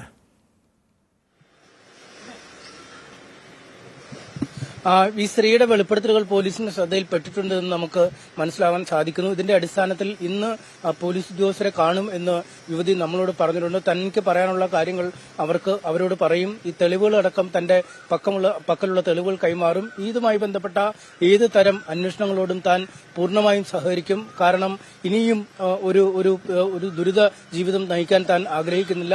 സഹിക്കാവുന്നതിന്റെ അങ്ങേയറ്റം അനുഭവിച്ചിരിക്കുന്നു. മയക്കുമരുന്ന് കഴിച്ചും ഭക്ഷണമില്ലാതെ ബുദ്ധിമുട്ടിയും വസ്ത്രമില്ലാതെ ഇട്ടപ്പെട്ടും കെട്ടിയിട്ടുമൊക്കെ താൻ ഒരുപാട് പീഡനങ്ങൾ 4 വർഷത്തിൽ അനുഭവിച്ചിരിക്കുന്നു. തന്റെ ഒരു പീഡനം മാത്രമല്ല, മറിച്ച് ഒരു വലിയ തലമുറയെ അങ്ങേയറ്റം ദോഷകരമായി ബാധിക്കുന്ന, ഒരുപാട് സ്ത്രീകളുടെ ജീവിതത്തെ ബാധിക്കുന്ന ഒരു വലിയ തേൻകണിയുമായാണ് ഇവർ ഈ ഇടനിലക്കാർ അല്ലെങ്കിൽ ഈ മയക്കുമരുന്ന് വ്യാപാരികൾ, മയക്കുമരുന്ന് ഇടനിലക്കാർ എത്തുന്നത്.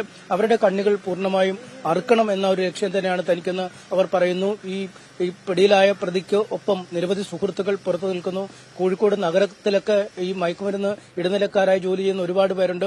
ഇവരെക്കുറിച്ചൊക്കെ വ്യക്തമായ വിവരങ്ങൾ തനിക്കറിയാം. പക്ഷേ അത് പൊതുജന മധ്യത്തിൽ ആളുകളുടെ പേരുകൾ ഇപ്പോൾ പറയാനാവില്ല. പക്ഷേ അന്വേഷണ സംഘത്തിന് ഈ ചങ്ങലയുടെ കണ്ണുകളെക്കുറിച്ച് പൂർണ്ണമായ വിവരങ്ങൾ താൻ കൈമാറുമെന്നാണ് ആ യുവതി പറയുന്നത്. ആന്ധ്രാപ്രദേശിലടക്കം യുവതിയുമായി നേരത്തെ ഇയാൾ പോയിരുന്നു. അക്കാര്യങ്ങളൊക്കെ പറയുന്നു. അത്തരം ഈ ഉറവിടങ്ങളെക്കുറിച്ചും വരുന്ന ഇടങ്ങളെക്കുറിച്ചും ഇതെവിടെയൊക്കെയാണ് പോകുന്നത് തുടങ്ങിയ ഒരു വിപുലമായ ശൃംഖലയെക്കുറിച്ച് ഈ യുവതിക്ക് വ്യക്തമായ ധാരണയുണ്ട്. അതുകൊണ്ട് പോലീസിന്റെ ഏത് അന്വേഷണത്തോടും സഹകരിക്കും. തന്റെ പക്കലുള്ള തെളിവുകൾ പൂർണ്ണമായും താൻ നൽകും. ഈ തെളിവുകളൊക്കെ നൽകിയ ശേഷം തന്റെ ജീവൻ ആപത്തിലായാൽ പോലും അത് താൻ സാരമാക്കുന്നില്ല എന്നും ഈ യുവതി പറയുന്നു. എന്തായാലും രണ്ടും കൽപ്പിച്ച് തികഞ്ഞ നിശ്ചയദാർഢ്യത്തോടുകൂടിയാണ് ലഹരിക്കെതിരായ പോരാട്ടവുമായി ഒരു കാലത്ത് ലഹരി മാഫിയയോടൊപ്പം പ്രവർത്തിച്ച അല്ലെങ്കിൽ ലഹരി മാഫിയ ഒരു ഉപകരണമായി ദുരുപയോഗം ചെയ്ത യുവതി ഇപ്പോൾ എത്തിയിരിക്കുന്നത്. ടോം, വരും ദിവസങ്ങളിൽ ഒരുപക്ഷെ കൂടുതൽ ആളുകൾ തങ്ങൾക്കുണ്ടായ അനുഭവങ്ങളും മറ്റും വ്യക്തമാണ്. എം എസ് അനീഷ് കുമാറാണ് വിവരങ്ങൾ നൽകിയത്. അനീഷ് സൂചിപ്പിച്ചതുപോലെ ഇന്ന് നമ്മൾ ചർച്ച ചെയ്തത്, സ്പോട്ട്ലൈവ് ഇന്ന് പ്രധാനമായും ചർച്ച ചെയ്ത് 2 കേസുകളാണ്. ആലപ്പുഴയിൽ ലഹരിയുമായി തസ്ലീമ എന്ന യുവതി പിടിയിലായ കേസും കോഴിക്കോട് ലഹരി സംഘത്തിന്റെ കെണിയിൽപ്പെട്ട യുവതിയുടെ വെളിപ്പെടുത്തലും. എങ്ങനെയാണ് യുവതികൾ, പെൺകുട്ടികളൊക്കെ ഈ ലഹരി സംഘത്തിന്റെ കെണിയിൽ വീഴുന്നതിന്റെ കൃത്യമായ തെളിവാണ് MS അനീഷ് കുമാറിനുമായി വിവരങ്ങൾ വെളിപ്പെടുത്തിയ യുവതി പറഞ്ഞ ഓരോ കാര്യങ്ങളും. കാരണം ഒരു പ്രണയം നടിച്ച് ലഹരി സംഘത്തിൻ്റെ കെണിയിൽ വീഴ്ത്തുന്നു, പിന്നീട് ഇവരെ ഉപയോഗിച്ച് ഈ യുവതികളെ ഉപയോഗിച്ച് ലഹരിക്കടത്ത് നടത്തുന്നു. ഇപ്പോൾ ഈ യുവതിക്ക് ഉൾപ്പെടെ വലിയ രീതിയിലുള്ള ഭീഷണിയുണ്ട്. നിരവധി യുവതികൾ ഇവരുടെ കെണിയിലുണ്ട് എന്നാണ് യുവതി വെളിപ്പെടുത്തുന്നത്. വാളയാർ കേസിൽ പ്രതികളായ മാതാപിതാക്കളുടെ അറസ്റ്റ് തടഞ്ഞ് ഹൈക്കോടതി. കുറ്റപത്രം റദ്ദാക്കണമെന്നാവശ്യപ്പെട്ടുള്ള ഹർജിയിലാണ് നടപടി.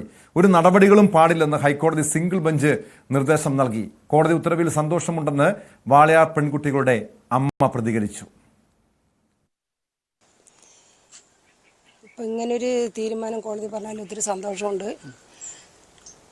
കോടതിക്ക് അങ്ങനെ ഒരു തീരുമാനം എടുക്കാൻ തോന്നിയെന്ന് വെച്ചാൽ നമ്മൾ കൊടുത്ത എല്ലാ കാര്യങ്ങളിലും എന്തൊക്കെയോ സത്യാവസ്ഥയുണ്ട്. നമ്മൾ തുടക്കം മുതലേ പറഞ്ഞത് മക്കളുടെ കൊലപാതകം അന്വേഷിക്കണം എന്നാണ് നമ്മൾ പറഞ്ഞിട്ട് CBI ആവശ്യപ്പെട്ടത്. അപ്പോൾ അത് ഇതുവരെയും അവർ CBI മക്കളുടെ കൊലപാതകമല്ല അന്വേഷിച്ചത്, അച്ഛനമ്മേൻ്റെ സ്വഭാവ സർട്ടിഫിക്കറ്റ് എടുക്കലാണ് അവർ ഇതുവരെയും നാളിതുവരെയായിട്ട് ചെയ്തുകൊണ്ടിരിക്കുന്നത്. അപ്പോൾ കോടതി ഇങ്ങനെ ഒരു തീരുമാനം എടുത്ത് ഞങ്ങൾക്ക് ഒത്തിരി സന്തോഷമുണ്ട്.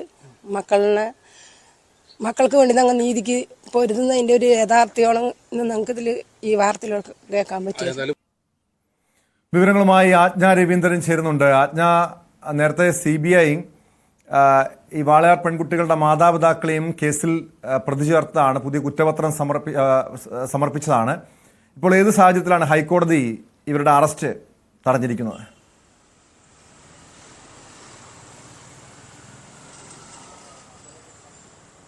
CBI 6 കേസുകളിലാണ് കുറ്റപത്രം സമർപ്പിച്ചത്. ഈ കേസുകൾ തടയണം, അത് കുറ്റപത്രത്തിൽ തങ്ങളുടെ മേൽ പ്രതി ചേർത്തിരിക്കുന്ന സാഹചര്യം തടയണമെന്ന് ആവശ്യപ്പെട്ടുകൊണ്ട് മാതാപിതാക്കൾ ഹൈക്കോടതിയെ സമീപിച്ചിരുന്നു. ഈ ഹർജി പരിഗണിക്കുകയാണ് ജസ്റ്റിസ് C ജയചന്ദ്രന്റെ ബെഞ്ചാണ് ഇത്തരത്തിലൊരു വിധി, അതായത് വാളയാർ കേസിൽ മാതാപിതാക്കളുടെ അറസ്റ്റ് തടഞ്ഞുകൊണ്ടുള്ള വിധിയാണ് ഹൈക്കോടതി പുറപ്പെടുവിച്ചിരിക്കുന്നത്. ഒരു തരത്തിലുള്ള നടപടിയും മാതാപിതാക്കൾക്കെതിരെ പാടില്ല.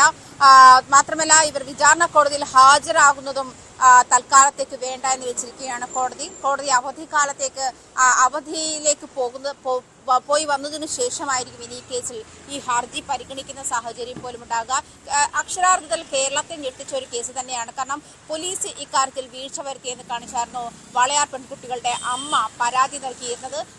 നേരത്തെ, അതായത് 2017 ജനുവരി 13 ആദ്യ കുട്ടി, 13 വയസ്സുള്ള ആദ്യ കുട്ടി വീട്ടിലെ മുറിയിൽ തൂങ്ങി മരിച്ച നിലയിൽ കാണപ്പെടുന്നത്.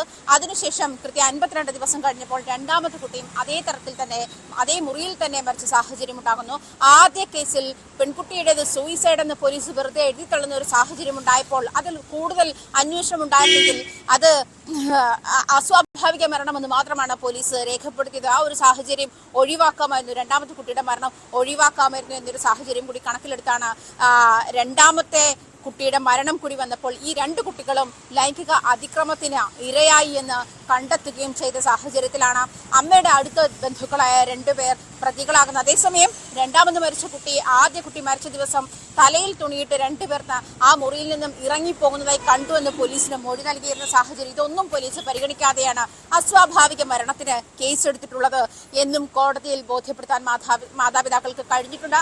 അതിനുശേഷം പോലീസിന്റെ നിഷ്ക്രിയത്വം ആരോപിച്ചാണ് CBI കേരളത്തെ തന്നെ ഞെട്ടിച്ചുകൊണ്ടാണ് മാതാപിതാക്കളെ പ്രതിയാക്കി മാതാപിതാക്കൾക്കെതിരെ 6 കേസുകളിൽ കുറ്റപത്രം സമർപ്പിക്കുന്ന സാഹചര്യമുണ്ടായത്. ഇതിന് പുറമെ 3 കേസുകൾ കൂടി CBI എടുത്തിട്ടുണ്ട്. എന്തായാലും ഈ കുറ്റപത്രത്തിൽ മാതാപിതാക്കൾക്കെതിരെ കേസെടുക്കാനുണ്ടായ സാഹചര്യമുണ്ട് എന്ന് കോടതിയെ CBI ബോധ്യപ്പെടുത്തുന്നതിൽ പാളിച്ച പറ്റിയിട്ടുണ്ട് എന്ന് വേണം മനസ്സിലാക്കാൻ. ഏത് സാഹചര്യത്തിലാണോ കുറ്റപത്രം അത്തരത്തിൽ മാതാപിതാക്കൾക്കെതിരെ സമർപ്പിച്ചത് എന്നുള്ള കാര്യവും വ്യക്തത വരുത്താൻ CBIക്ക് കഴിഞ്ഞിട്ടില്ല എന്ന് വേണം ഇതിൽ നിന്ന് മനസ്സിലാക്കാൻ. എന്തായാലും മാതാപിതാക്കൾക്കെതിരെ അറസ്റ്റ് നടപടി ഉണ്ടാകരുത് എന്നുള്ളതാണ് ഹൈക്കോടതി സിംഗിൾ ബെഞ്ചിന്റെ നിർദ്ദേശം. അങ്ങനെയാണ്.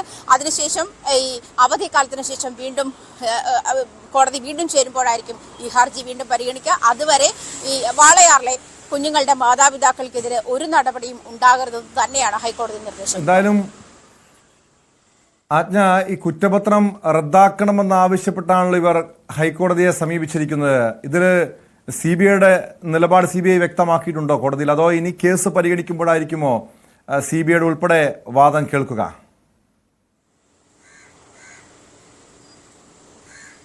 തീർച്ചയായിട്ടും ടോം, കാരണം അവധിക്കാലം കഴിഞ്ഞ ശേഷം കോടതി വീണ്ടും ചേരുമ്പോഴായിരിക്കും ഹർജി പരിഗണിക്കുക എന്നുള്ളതാണ്.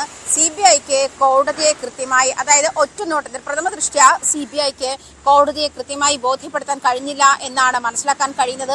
അതേസമയം കേസിലുള്ള ഹർജി പരിഗണിക്കുമ്പോഴായിരിക്കും CBIക്ക് ഈ 6 കേസുകളിൽ ഏതൊക്കെ തരത്തിലാണ് മാതാപിതാക്കൾക്ക് വീഴ്ച സംഭവിച്ചിട്ടുള്ളത്, മാതാപിതാക്കൾ കുഞ്ഞുങ്ങൾ ലൈംഗിക അതിക്രമത്തിന് ഇരയാകാൻ കൂട്ടുനിന്നു, അതല്ലെങ്കിൽ അത്തരത്തിലുള്ള സാഹചര്യം ഉണ്ടാക്കി കൊടുത്തു, ഒഴിവാക്കാവുന്ന പല സാഹചര്യങ്ങളും ഉണ്ടായിരുന്നു. ഒന്നാം പ്രതി വി മധു ഉൾപ്പെടെയുള്ള ആളുകൾ ഇതിൽ പ്രതിയായിരിക്കുന്ന സാഹചര്യത്തിൽ അത് അമ്മയുടെ അടുത്ത ബന്ധുവാണ്. ഇങ്ങനെ ഒരു സാഹചര്യത്തിൽ അയാൾ നിരന്തരം ആ വീട്ടിൽ വന്നു പോവുകയും ചെയ്യുന്ന സാഹചര്യം പിന്നീടും ഉണ്ടായി. അത്തരം കാര്യങ്ങളൊക്കെ മാതാപിതാക്കളുടെ അശ്രദ്ധ മൂലമാണ്. മാത്രമല്ല, ഈ കുഞ്ഞുങ്ങൾ ലൈംഗിക അതിക്രമത്തിന് ഇരയായ സാഹചര്യത്തിൽ കുഞ്ഞുങ്ങൾക്ക് വേണ്ടത്ര ശ്രദ്ധ നൽകിയിരുന്നില്ല. അതിൽ ഈ 13ഉം 9ഉം വയസ്സുള്ള 2 കുഞ്ഞുങ്ങളെ ഏത് തരത്തിലൊക്കെ മാതാപിതാക്കൾ സംരക്ഷിക്കണമോ അത്തരം കാര്യങ്ങളിൽ മാതാപിതാക്കൾക്ക് ശ്രദ്ധയുണ്ടായിരുന്നില്ല. ലൈംഗിക അതിക്രമം നടന്ന ശേഷവും അത്തരം കാര്യങ്ങൾ ഒളിച്ചു വെച്ചു തുടങ്ങിയ കാര്യങ്ങളൊക്കെ ചൂണ്ടിക്കാട്ടിയായിരുന്നു CBI അന്ന് 6 കേസുകൾ മാതാപിതാക്കൾക്കെതിരെ പോക്സോ ചുമത്തി 6 കേസുകൾ രജിസ്റ്റർ ചെയ്തതും അതിൽ കുറ്റപത്രം സമർപ്പിച്ചതും. അതിനുശേഷം ഈ 6 കേസുകളല്ലാതെ 3 കേസുകളിൽ കൂടി CBI കേസ് എടുത്തിട്ടുണ്ട്. അതിൽ കുറ്റപത്രം സമർപ്പിച്ചിട്ടുമില്ല. പക്ഷേ ഈ ഒരു സാഹചര്യത്തിൽ ഹർജി ഈ കുറ്റപത്രം തള്ളണമെന്നുള്ള ഹർജി നൽകിയാണ് മാതാപിതാക്കൾ കോടതിയിലെത്തിയത്. ആ ഹർജി പരിഗണിക്കവെയാണ് ജസ്റ്റിസ് C ജയചന്ദ്രന്റെ ബെഞ്ച് ഇത്തരത്തിൽ ഒരു വിധി പുറപ്പെടുവിച്ചത്. വാളയാർ കുഞ്ഞുങ്ങളുടെ അച്ഛനമ്മമാരെ അറസ്റ്റ് ചെയ്യുന്ന നടപടി നിർത്തിവെക്കണം, നടപടി ഉടൻ ഉണ്ടാകരുത് എന്ന് തന്നെയാണ് കോടതി പറഞ്ഞിരിക്കുന്നത്. മാത്രമല്ല, ഈ മാതാപിതാക്കൾ ഇക്കാര്യത്തിൽ ഈ വിചാരണ കോടതിയിൽ ഹാജരാകുന്നതുമായി ബന്ധപ്പെട്ട് വിചാരണ കോടതിയിൽ നേരിട്ട് ഹാജരാകേണ്ടുന്ന സാഹചര്യവും ഉണ്ടാകരുത് എന്നും കോടതി നിർദ്ദേശിച്ചിട്ടുണ്ട് കേട്ടോ. വ്യക്തമാണ്. ആജ്ഞ രവീന്ദ്രനാണ് കൊച്ചിയിൽ നിന്നും വിവരങ്ങൾ നൽകിയത്. കോഴിക്കോട് മകന്റെ മർദ്ദനമേറ്റ അമ്മയ്ക്ക് ഗുരുതര പരുക്ക്. ബാലുശ്ശേരി കണ്ണാടിപ്പൊയിലാണ് സംഭവം. തല ചുമരിൽ ഇടിപ്പിക്കുകയും അടിവയറ്റിൽ ചവിട്ടുകയും ഫ്രൈങ് പാൻ ഉപയോഗിച്ച് തലയ്ക്കടിക്കുകയും ചെയ്തെന്നാണ് പരാതി. മകൻ രതിനാണ് ആക്രമിച്ചത്. പരിക്കേറ്റ അമ്മയെ ബാലുശ്ശേരി താലൂക്ക് ആശുപത്രിയിൽ പ്രവേശിപ്പിച്ചു. സ്വത്ത് തർക്കമാണ് കാരണമെന്നാണ് പ്രാഥമിക നിഗമനം. MS അനീഷ് കുമാർ വീണ്ടും ചേരുന്നുണ്ട് വിവരങ്ങളുമായി. അനീഷ്, കഴിഞ്ഞ രാത്രിയിലാണ് ഈ സംഭവം ഉണ്ടാകുന്നത്. മകന്റെ ആക്രമണത്തിൽ അമ്മയ്ക്ക് ഗുരുതരമായ പരിക്കേൽക്കുന്നു. ഇവിടെ സ്വത്ത് തർക്കമാണ് കാരണമായി പറയുന്നുണ്ട്. പക്ഷെ അതിനപ്പുറം നമുക്കറിയാം, ഈ കഴിഞ്ഞ ദിവസങ്ങളിലൊക്കെ പുറത്തു വന്ന പല വാർത്തകൾ ഈ മാതാപിതാക്കളെ മക്കൾ ആക്രമിക്കുന്ന വാർത്തകളൊക്കെ പരിശോധിച്ച് അവിടെ ലഹരിയും മദ്യവും ഒക്കെ ഒരു പ്രധാനപ്പെട്ട വില്ലനാകുന്നുണ്ട്. ഇവിടെയും ഈ മദ്യലഹരിയിലാണോ ആക്രമണം നടത്തിയത്, അതോ ഈ സ്വത്ത് തർക്കവുമായി ബന്ധപ്പെട്ട വിഷയം മാത്രമാണോ പ്രകോപനമായത്?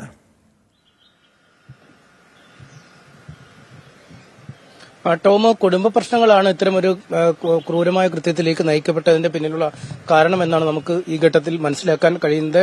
കണ്ണാടിപ്പൊയിൽ സ്വദേശി രതിക്കാണ് സ്വന്തം മകനിൽ നിന്നും ക്രൂരമായ മർദ്ദനം ഏറ്റുവാങ്ങേണ്ടി വന്നത്. ഇവരെ ആദ്യം ബാലുശ്ശേരി താലൂക്ക് ആശുപത്രിയിൽ പ്രവേശിപ്പിച്ചു. അതിനുശേഷം കോഴിക്കോട് മെഡിക്കൽ കോളേജ് ആശുപത്രിയിലേക്ക് മാറ്റി. ഇപ്പോൾ മെഡിക്കൽ കോളേജിൽ ചികിത്സയിൽ കഴിയുകയാണ്. അവരുടെ തലയ്ക്ക് സാരമായ പരുക്കുണ്ട്. വീട്ടിൽ വെച്ചാണ് ഈ സംഭവം ഉണ്ടായത്. ഇവരുടെ മകൻ ദുബായിൽ വിദേശത്ത് ജോലി ചെയ്യുകയായിരുന്നു. അതിനുശേഷം നാട്ടിൽ മടങ്ങിയെത്തിയ അതേ ദിവസം തന്നെയാണ് അമ്മയുമായി വഴക്കുണ്ടാക്കുകയും അമ്മയെ ക്രൂരമായി മർദ്ദിക്കുകയും ചെയ്ത് ഈ ഫ്രൈങ് പാൻ എടുത്ത് ഇവരുടെ തലക്കടിച്ചു, ചെവിയുടെ ഭാഗത്തും മറ്റുമൊക്കെ അടിച്ചു. അതിൽ നിന്നും തലയ്ക്ക് ഗുരുതരമായ പരിക്കേറ്റു. ഇവർ മകനൊപ്പം അല്ലെങ്കിൽ ഭർത്താവിനും മകനും മരുമകൾക്കുമൊപ്പമാണ് വീട്ടിൽ താമസിച്ചു വന്നിരുന്നത്. ഈ മരുമകളുമായി പലപ്പോഴും പല പ്രശ്നങ്ങളും ഇവർ തമ്മിൽ ഉണ്ടാവാറുണ്ട്. സാധാരണ നമുക്കറിയാം പല വീടുകളിലുമുള്ള പ്രശ്നങ്ങളൊക്കെയാണ്. അത് പലപ്പോഴും പറഞ്ഞൊക്കെ തീർന്ന് മുന്നോട്ട് പോവുകയാണ്. പക്ഷേ ഈ കാര്യത്തിൽ കുറച്ചുകൂടി മുന്നോട്ട് പോയി ഇവർ തമ്മിൽ വാക്കുതർക്കം ഉണ്ടാവുകയും അതിനുശേഷം മകൻ രബിൻ ഇവരെ മർദ്ദിക്കുകയും ചെയ്യുകയായിരുന്നു. ഭർത്താവ് ഭാസ്കരനും മരുമകളായ ഐശ്വര്യയും ഇവരെ മർദ്ദിക്കാൻ കൂട്ടുനിന്നു എന്നും വ്യക്തമാവുന്നു. എന്തായാലും വലിയ പരുക്കാണ് ഇവർക്ക് ഏറ്റത്. അതിനുശേഷം മകൾ വീട്ടിൽ നിന്നും മാറി താമസിക്കുന്ന വിവാഹമൊക്കെ കഴിച്ച മകളാണ്. അവർ വന്നാണ് അമ്മയെ താലൂക്ക് ആശുപത്രിയിലേക്ക് കൊണ്ടുപോവുകയും പിന്നീട് അവിടുന്ന് മെഡിക്കൽ കോളേജിലേക്ക് കൊണ്ടുപോവുകയും ചെയ്തിരിക്കുന്നത്. പറയുന്നത്. ഈ പരിക്കേറ്റ രതിൻ പോലീസിന് മൊഴി നൽകിയിട്ടുണ്ട്. മകനും മരുമകളും ഭർത്താവും ചേർന്നാണ് മറിച്ചതെന്നൊക്കെ. ഇതിന്റെ അടിസ്ഥാനത്തിൽ ഇയാൾക്കെതിരെ പോലീസ് കേസെടുത്തിട്ടുണ്ട്. എന്താണ് ഈ കൃത്യത്തിലേക്ക് നയിക്കപ്പെട്ട സാഹചര്യം എന്നതിനെക്കുറിച്ച് വളരെ വിശദമായ പരിശോധനകൾ തന്നെ നടത്തുന്നു. മകൾ ഈ സഹോദരൻ അടക്കമുള്ളവർ ചേർന്നാണ് മർദ്ദിച്ചതെന്ന് മൊഴി നൽകിയിട്ടുണ്ട്. ലഹരിയുടെ ഒരു സാന്നിധ്യമുണ്ടോ അല്ലെങ്കിൽ മറ്റെന്തെങ്കിലും പ്രശ്നങ്ങൾ ഇവർ തമ്മിലുണ്ടോ, ഈ സ്വത്തുമായി ബന്ധപ്പെട്ട തർക്കങ്ങൾ നിലനിൽക്കുന്നുണ്ടോ ഇതടക്കമുള്ള കാര്യങ്ങളെക്കുറിച്ച് വളരെ വിശദമായ പരിശോധന നടത്തും എന്നാണ് പോലീസ് അറിയിക്കുന്നത്. ടോം.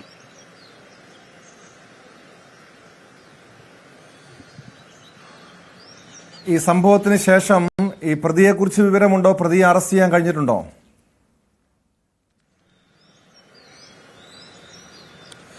പോലീസ് കേസെടുത്തിട്ടുണ്ട്. അതുമായി ബന്ധപ്പെട്ട അനുബന്ധ നടപടിക്രമങ്ങൾ പുരോഗമിക്കുന്നു. വൈകാതെ തന്നെ ഇയാളെ കസ്റ്റഡിയിൽ എടുക്കുമെന്നാണ് അറിയുന്നത്. ഈ പ്രശ്നത്തിന്റെ ഒരു രൂക്ഷത എന്താണ് ഈ കൃത്യത്തിലേക്ക് നയിച്ചത്? ഈ സഹോദരിയുടെ മൊഴി, കുടുംബത്തിന്റെ മൊഴി, അയൽവാസികൾ, ഇങ്ങനെ പലതരത്തിലുള്ള മൊഴികൾ രേഖപ്പെടുത്തുന്നുണ്ട്. നേരത്തെയും ഈ കുടുംബാംഗങ്ങൾ തമ്മിൽ പ്രശ്നങ്ങളുള്ളതായി പോലീസിൽ പരാതി ലഭിച്ചിട്ടുണ്ട്. ഈ മരുമകൾ അമ്മ മർദ്ദിച്ചു എന്നൊക്കെ ആരോപിച്ച് നേരത്തെ പരാതിയൊക്കെ നൽകിയിട്ടുണ്ട് എന്നാണ് മനസ്സിലാക്കാൻ കഴിയുന്നത്. അത്തരം പലപ്പോഴും ഈ സഹോദരിയും സഹോദരനുമായി ബന്ധപ്പെട്ട പ്രശ്നങ്ങൾ, അങ്ങനെ പലതരത്തിലുള്ള പ്രശ്നങ്ങൾ കുടുംബവുമായി ബന്ധപ്പെട്ട് ഉയർന്നു വന്നിട്ടുണ്ട്. അതുകൊണ്ട് ഇക്കാര്യങ്ങളൊക്കെ സമഗ്രമായി പരിശോധിച്ച് തന്നെ ഒരു നടപടിയിലേക്കാണ് പോലീസ് കടക്കുന്നത്. ടോം.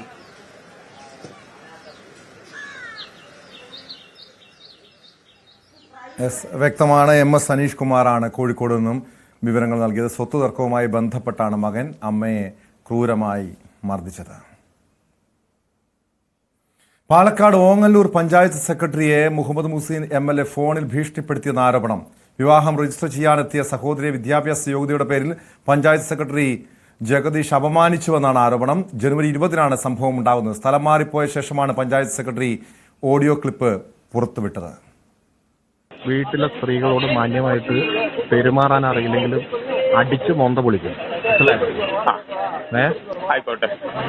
നേരിട്ട് നിനക്ക് അറിയാം, ഇവിടെ നിയമസഭയിലായതുകൊണ്ട് ഞാൻ മോശമായിട്ട് സാറ് മാന്യമായിട്ട് സ്ത്രീകൾ ആ പെൺകുട്ടി അവിടെ പോയത് എന്നോട് അവൾ എന്നോട് പറഞ്ഞില്ല, അവിടെ വന്ന ആളുകളാ പറഞ്ഞു. അല്ല, അവിടെ ഞാൻ മാത്രമല്ല ഉണ്ടായിരുന്നോട്, വേറെ കണ്ടു നിന്നവരും കേട്ടു നിന്നവരുണ്ട്. അത് തന്നെ. അതിന്റെ നാവ് ശരിക്ക് സംസാരിക്കാൻ ഇല്ലെങ്കിൽ അത് അകത്തേക്ക് വെച്ചേക്കണം. വീട്ടിൽ വേണ്ടില്ല. ഈ വർത്താനം പറഞ്ഞിട്ട് വന്നു കഴിഞ്ഞാണ്ടല്ലോ ഞങ്ങൾക്കും സംസാരിക്കാൻ വന്നിട്ട് നേരെ മോന്തയ്ക്ക് 2 തന്നിട്ടേ സംസാരിക്കൂ. ആ മുസ്തഫ മെമ്പറോട് എത്ര മോശമായിട്ട് സംസാരിച്ചു. അവിടുത്തെ മറ്റു മെമ്പർ സ്ത്രീകൾ ആസീന മെമ്പറോട് എത്ര മോശമായിട്ട് സംസാരിച്ചു. ഇതൊന്നും ഞാൻ അറിയുന്നില്ല എന്നല്ല. ഞാനെന്ത് ആൾക്കാരുടെ മോശമായിട്ട് സംസാരിക്കാനായിട്ട് വല്ല കരാറെടുത്ത പോലെയാണല്ലോ മെല്ലെ സംസാരിക്കുന്നത്. അത് തന്നെ മോശമായിട്ട് പലരും സംസാരിച്ചിട്ടുണ്ട്. മുൻപും ഈ സെക്രട്ടറിക്കെതിരെ സമാനമായ രീതിയിൽ ആരോപണം ഉയർന്നിട്ടുണ്ട് എന്നാണ് പരാതി. സംഭവത്തിൽ വിശദീകരണവുമായി MLA മുഹമ്മദ് മുഹ്സിൻ തന്നെ രംഗത്തെത്തിയിട്ടുണ്ട്. എന്റെ പെങ്ങൾ ഇവിടെ ഇരിക്കുന്നുണ്ട്. ഈ രക്ഷിതാക്കളുടെ കൂട്ടത്തിലുള്ള ഈ പെങ്ങൾ തന്നെയാണ്. പെങ്ങളുടെ കുട്ടി ഇവിടെ ഉണ്ട്. ആ കുട്ടിയെ നിങ്ങൾക്കറിയാം. ഈ സ്ഥാപനത്തിൽ ഇവിടെ വരുന്ന കുട്ടിയാണ്. എല്ലാ ദിവസവും ആ കുട്ടിക്ക് വരാൻ പറ്റില്ല. എന്തുകൊണ്ടാണെന്ന് നിങ്ങൾക്കറിയാം. ഈ കുട്ടിയുമായിട്ട് ഓങ്ങല്ലൂർ പഞ്ചായത്ത് ഓഫീസിൽ പോയി ആ കുട്ടിയെ ഒരു വാഹനത്തിൽ, ഈ കുട്ടി ഉണ്ട് എന്ന് പറഞ്ഞിട്ടും 1 മണിക്കൂർ നേരം അവിടെ ആ സെക്രട്ടറി ഇരുത്തി.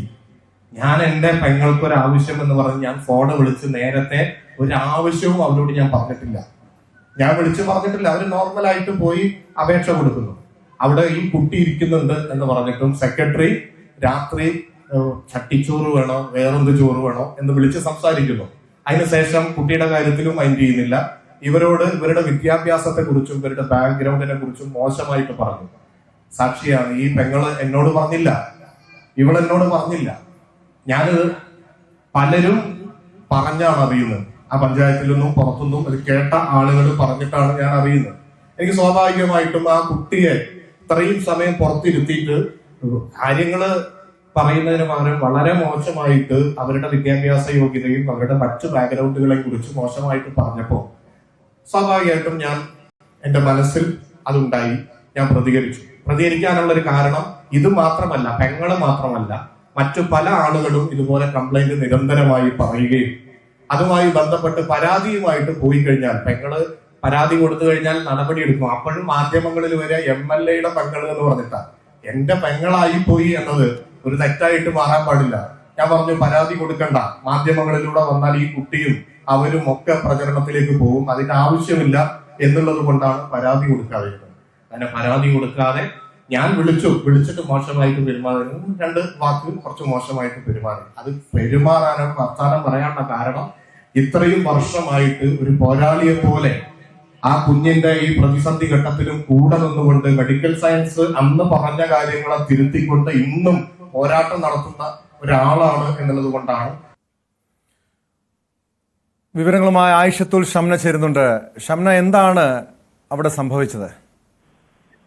ടോം, കഴിഞ്ഞ മാസം 20-ാം തീയതി ജനുവരി 20-നായിരുന്നു ഈ സംഭവം ഉണ്ടായത്. സ്ഥലം മാറിപ്പോയതിനു ശേഷമാണ് ഈ പഞ്ചായത്ത് സെക്രട്ടറി ഓഡിയോ ക്ലിപ്പ് പുറത്തുവിടുന്നത്. അതായത് മുഹസിൻ MLA-യുടെ സഹോദരി ഒരാവശ്യത്തിനായി പഞ്ചായത്തിൽ പോകുന്നു. പക്ഷെ ഈ MLA-യുടെ സഹോദരിയുടെ കുട്ടിക്ക് അസുഖമുള്ള കുട്ടിയാണ്, ഓട്ടിസം സംബന്ധമായ കുട്ടിയാണ്. പക്ഷെ ഈ കുട്ടി കൂടെ ഉണ്ടെന്ന് അറിഞ്ഞിട്ട് പോലും ഇയാൾ ഒരു തരത്തിലും കാര്യമായി ഇടപെടലൊന്നും നടത്താതെ മനഃപൂർവ്വം ഓരോ കാര്യങ്ങൾ കൊണ്ട് ഇത് വൈകിപ്പിക്കുകയും അതുപോലെ തന്നെ വളരെ മോശമായി പെരുമാറുകയും ചെയ്തു എന്നാണ് ആരോപണം. അതായത് വിദ്യാഭ്യാസ യോഗ്യതയെ സംബന്ധിച്ചും മറ്റു കാര്യങ്ങൾ പറഞ്ഞുമൊക്കെ ഈ സഹോദരിയെ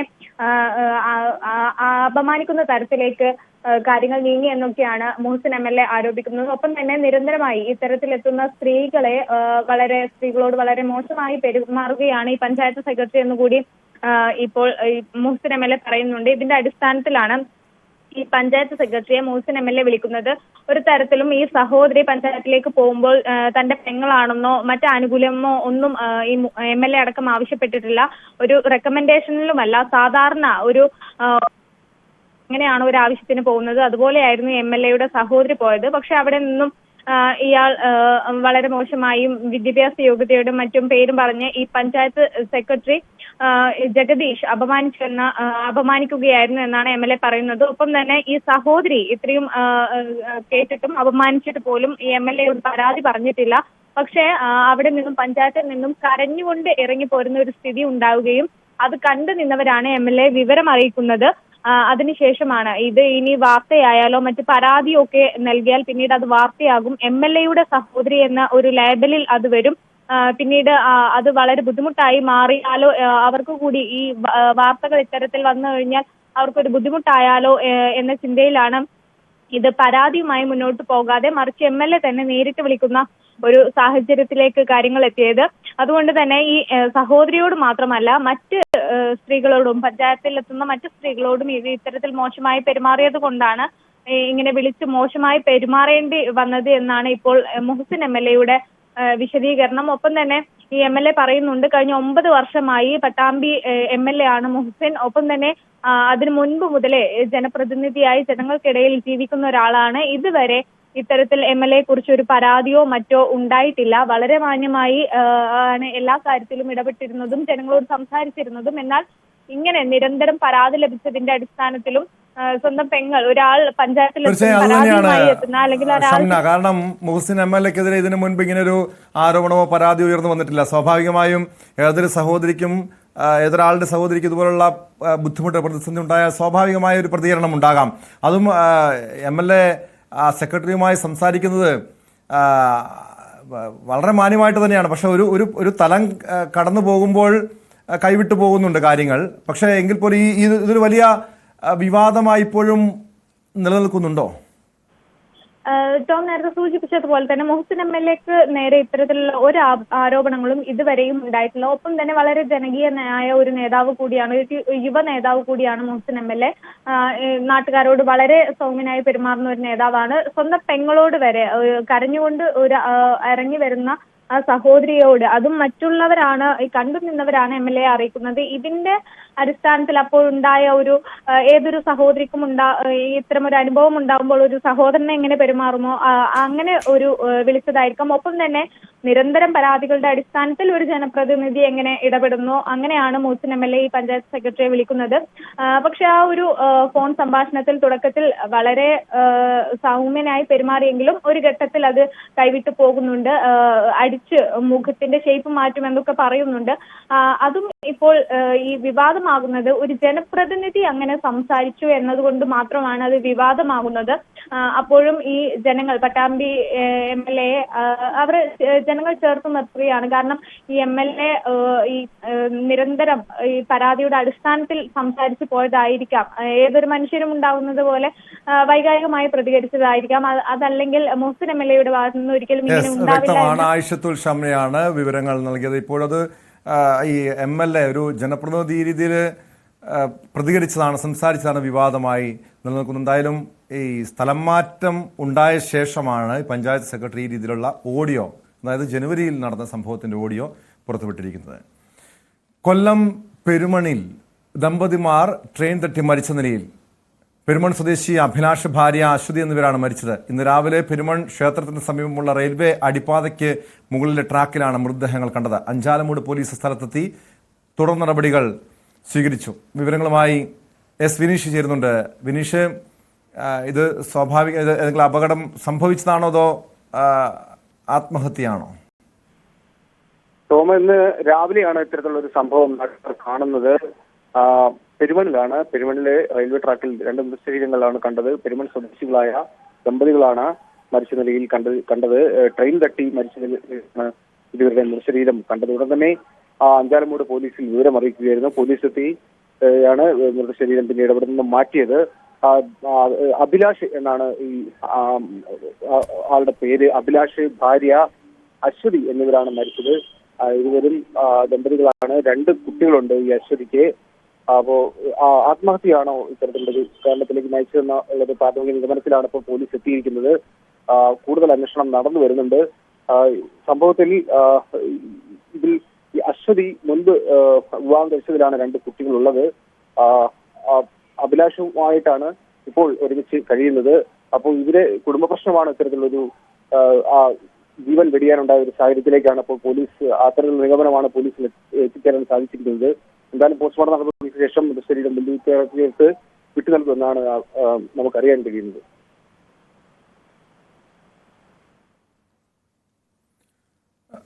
വിനീഷ്, എന്താണ് ഈ മരണത്തിന് കാരണമായത്? അത്തരം എന്തെങ്കിലും വിവരങ്ങൾ ലഭ്യമായിട്ടുണ്ടോ? പോലീസ് ഈ ഒരു കാര്യത്തിൽ അന്വേഷിക്കുന്നുണ്ട്. ഞാൻ നേരത്തെ സൂചിപ്പിച്ചതുപോലെ തന്നെ ഈ ഭാര്യ അശ്വതിയുടെ മുൻപത്തെ വിവാഹ ജീവിതത്തിലാണ് 2 കുട്ടികൾ ഉണ്ടായത്. ഇപ്പോൾ അഭിലാഷുമായിട്ടാണ് ഇവർ കുടുംബജീവിതം നയിച്ചു വരുന്നത്. അഭിലാഷ് ബസ് ഡ്രൈവറാണ് എന്ന് പറയുന്നുണ്ട്. ഇവരുടെ ഇടയിലുണ്ടായ കുടുംബ പ്രശ്നമാണ് ഇത്തരത്തിലുള്ള ആത്മഹത്യയിലേക്ക് നയിച്ചത് എന്നുള്ള നിഗമനത്തിലേക്കാണ് ഇപ്പോൾ പോലീസ് എത്തിയിരിക്കുന്നത്. കഴിഞ്ഞ ദിവസമാണ് രാത്രിയിൽ ഇവർ ട്രെയിനിന് മുന്നിൽ ചാടി ആത്മഹത്യ ചെയ്തെന്നുള്ള നിഗമനത്തിലേക്കാണ് എത്തിയിരിക്കുന്നത്. ഇന്ന് പുലർച്ചെയാണ് ഇവരുടെ മൃതശരീരം കണ്ടെത്തിയിരിക്കുന്നത്. പക്ഷെ ഇതിൽ നിന്നും വ്യക്തമാണ്. S വിനീഷാണ് വിവരങ്ങൾ നൽകിയത്. മറ്റൊരു വാർത്തയിലേക്കാണ് സ്പോട്ട് ലൈവിന് പോകുന്നത്. തിരുവനന്തപുരം നെയ്യാറ്റിൻകരയിൽ അസം സ്വദേശിനിയെ പീഡിപ്പിക്കാൻ ശ്രമിച്ചതായി പരാതി. ഇന്നലെ വൈകിട്ട് മാരായമുട്ടം കുറുവാടിലാണ് സംഭവം. 2 പേർ ചേർന്നാണ് ആക്രമിച്ചതെന്നും നിലവിളി കേട്ട് നാട്ടുകാർ എത്തിയപ്പോഴാണ് രക്ഷപ്പെട്ടതെന്നും യുവതി പോലീസിനോട് പറഞ്ഞു. കുറുവോട് സ്വദേശികളായ അനിൽകുമാർ, കുഞ്ചൻ എന്നിവർക്കെതിരെ മാരായമുട്ടം പോലീസിൽ പരാതി നൽകിയിട്ടുണ്ട്.